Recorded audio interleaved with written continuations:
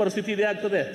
ಶಿವಮೊಗ್ಗನೂ ಕೂಡ ಇವತ್ತು ಸಹ ಈಗ ಚೆನ್ನಾಗಿ ನಡೀತಾ ಇದೆ. ಉಡಾನ್ ಇದ್ದಾಗ ಉಡಾನ್ ಮುಗಿದ್ಮೇಲೆ ಕೂಡ ಅಲ್ಲ, ಉಡಾನ್ ಮುಗಿದ್ಮೇಲೆ ಅದು ನಡೀತದೆ.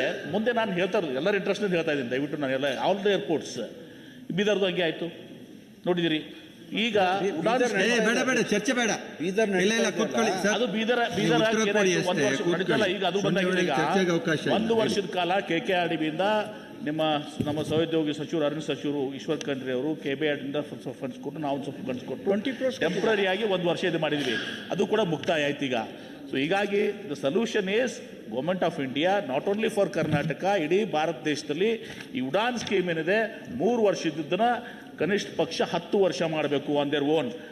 ಆಗಲಿಲ್ಲ ಅಂದರೆ ರಾಜ್ಯಗಳ ಜೊತೆ ಮಾತಾಡಿ, ನಮ್ಮ ರಾಜ್ಯ ನಾವು ತಯಾರಿದ್ದೀವಿ. 5 ವರ್ಷ ನೀವು ಕೇಂದ್ರ ಸರ್ಕಾರದಿಂದ ಮಾಡಿ, ಇನ್ನು ಉಳಿದ 5 ವರ್ಷಕ್ಕೆ 50-50 ಏನೋ ಒಂದು ನಾವು ಅರ್ಧ ಕೊಡ್ತೀವಿ, ನೀವು ಕೇಂದ್ರ ಸರ್ಕಾರದಾಗ ಕೊಡಲಿ.